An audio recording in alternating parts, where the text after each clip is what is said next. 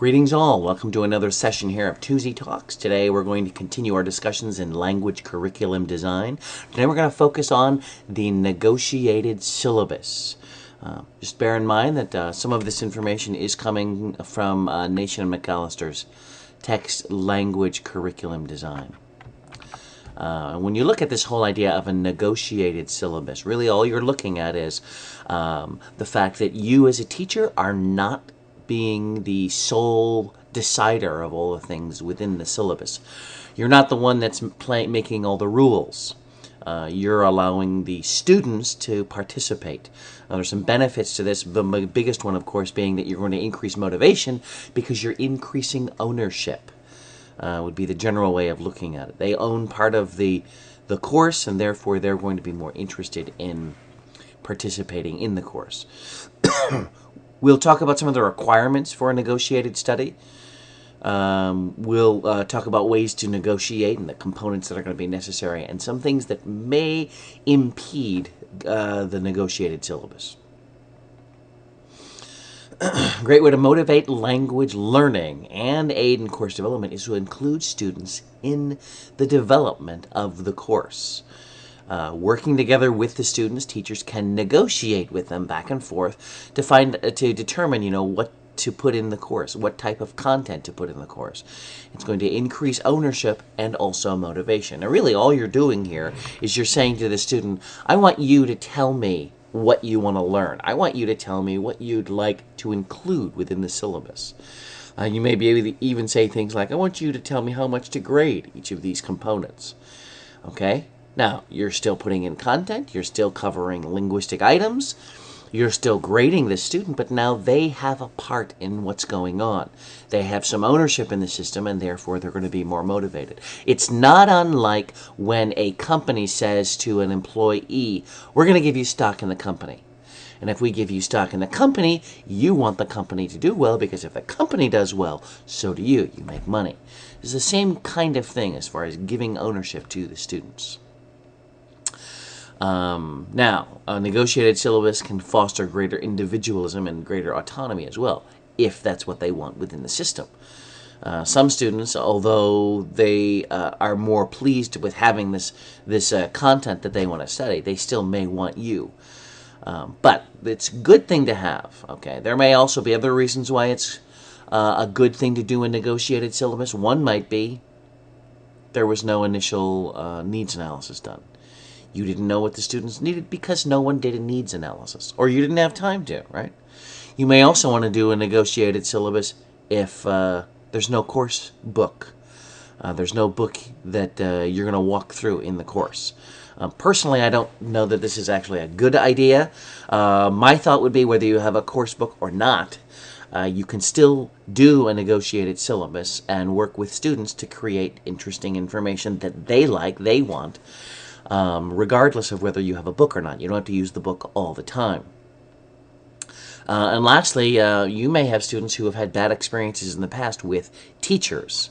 And so in order to convince them that this is a good idea, in order to convince them that this will be a different type of course, you give them some control.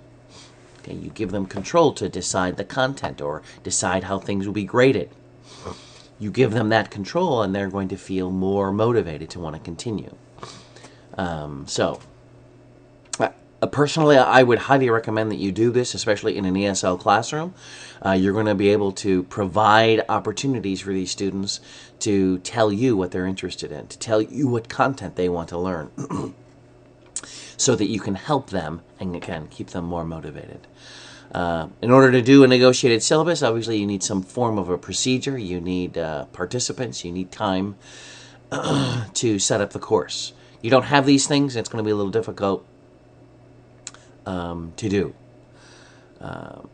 Also, I wanted to remind you that although you're negotiating, there are a couple things that you want to make sure exists within the system. So, for example, you need to make sure that the 4 strands are going to exist. You need to make sure that there's meaningful input, meaningful output, a focus on language, and a focus on fluency development.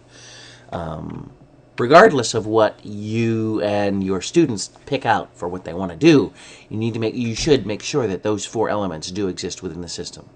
Remember the other stakeholders. Okay, so you may have students who are very much interested in video games or playing chess. I don't know why that thought this popped into my head, but they may be interested in other things. But the other stakeholders want them to study science or history or economics or culture. Other stakeholders being the school. They may have regulations. Future schools or future businesses may want other components included. So although you're doing this work with the student, make sure you remember these other stakeholders. They may not be too happy that you're allowing your students to focus only on video games and not focusing on other things like academic studies. Point 3, my opinion, very important. Negotiating is giving up power? Question mark. Answer, no. Although you are saying, look, I'm going to work with you students in setting up this curriculum. I'm going to work with you and ask for your input and ask for your content, and you may suggest something, and I'll say, oh, that's good. I'll put that in. I'm going to add that. Or you, as a student, you tell me you want this content. I'm like, oh, yeah, I like that. Well, let's add that. In truth, the teacher still maintains all the power. In truth, this teacher is the one who has the ability to say yes or no. The ability to say, I'm going to not take your idea, or I'm going to not agree with your grading patterns. You still hold the power, but why keep it? Why not allow the students to have and play and get along with this system? It's not hurting you at all. You still have the authority, but you're allowing them to give you suggestions that you appropriate. And that's going to help them. It's also going to help your course, I believe, if you were to have that option. So you're not really giving up power. It may appear as if you're giving up power, but you're not really. Sharing the responsibility for determining value of points. Again, what a great idea. Hey, here, you're going to write this paper. What's the point value for this? And let them decide. And they may give you a score. You can live with that, or you can say, I think I want a little higher, or whatever. But the point is, because you're involving them in the process, they're going to be more motivated. They're going to be more interested. They're also going to be able to claim responsibility. I got a bad score. Yeah, well, you chose the scoring system, okay, and you didn't follow along. That's what's going to happen. But it's going to be more motivating to them. They'll be able to be more responsible, be more individualistic in that sense. All right, lastly, I want to talk a little bit about some factors that are impacting a negotiated syllabus.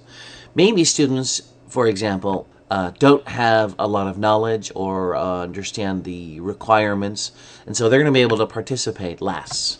Now, that may be true depending on what types of things that you're interested in giving them. There may be cultural expectations. There may be background experiences that kind of holds the student back from actually jumping in and actually saying and doing things. I know that in some cultures, teachers talk, students listen, and that's all there is. So now we're asking the students, hey, let's design the course. And the students are like, well, wait a minute, that's your job. We're not supposed to be doing that. Okay, they're not going to understand necessarily. Some may be afraid to do so, right? They don't know what it is that they're going to be looking at. Providing the opportunity may be good, but you need to understand that there'll be other factors that may keep students back from doing this. Some students are happy that the teachers are in control. They don't want any control.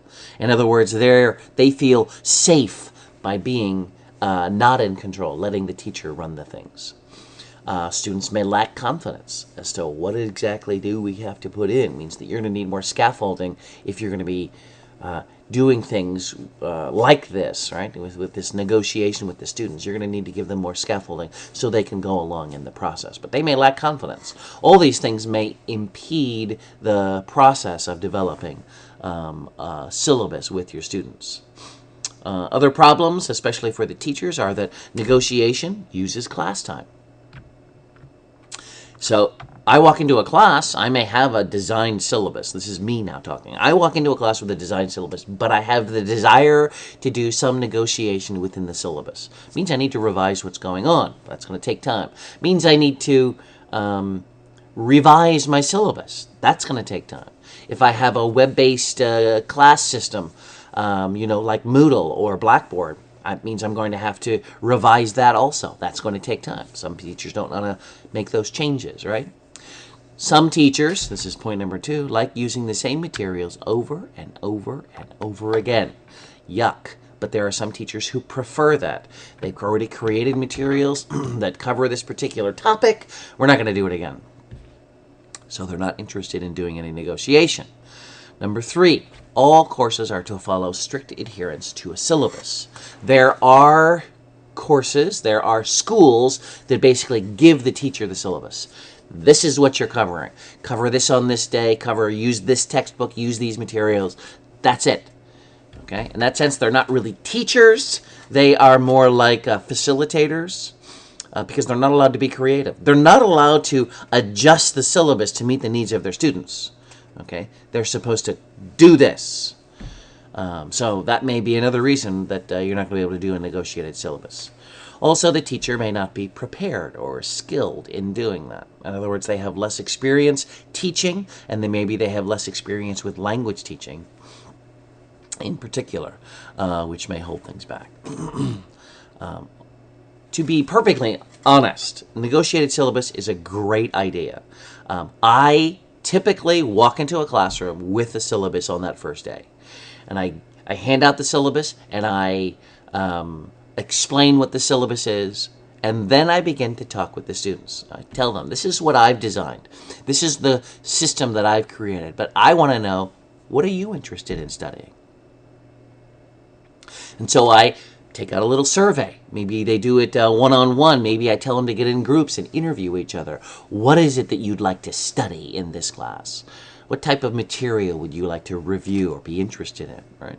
Or maybe I ask them, what is it that they want to accomplish in the course by the time they're done, and tell them to make it measurable. Make sure that you can actually measure this. And so they're going to be interviewing, and I take this information, and then I try to include it within the course. Especially if it's a content that I personally find interesting. Oh, let's add that in. Let's make a unit with that, But I'm not going to do that the very next week. Right? I already have a syllabus in place, the just in case, the backup plan, but I'm going to start taking these ideas that students have and try to incorporate them. I'm going to take some of these language objectives that they have and try to incorporate them. That may mean that I'm going to drop other things, and it's entirely possible. But again, that takes time for me. Now, I do this. I've never done allowing students to choose the grade points, but I think it's a neat idea. It's really not that hard to do, provided that you have the experience and the repository of activities. And really, that's a big thing. If you don't have a lot of activities that you've used in the past, that you have stored somewhere that you can reuse or revise to use for whatever, it's going to take longer for you to share and incorporate these ideas that students have. But I do it, and I know I do it a lot because I want to motivate my students. I want to give them things in the course that's going to encourage them to say, hey, I want to participate.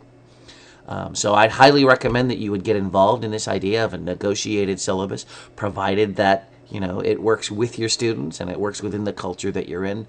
It's definitely a motivating factor. It's also more interesting because it's not the same thing over and over again. So give it a try would be my recommendation. Dr. Frank Tuzi, and this is another Tuzi Talk. I do thank you for stopping by. If you do have questions or concern, you can always leave me a message down on the bar. Talk to you later.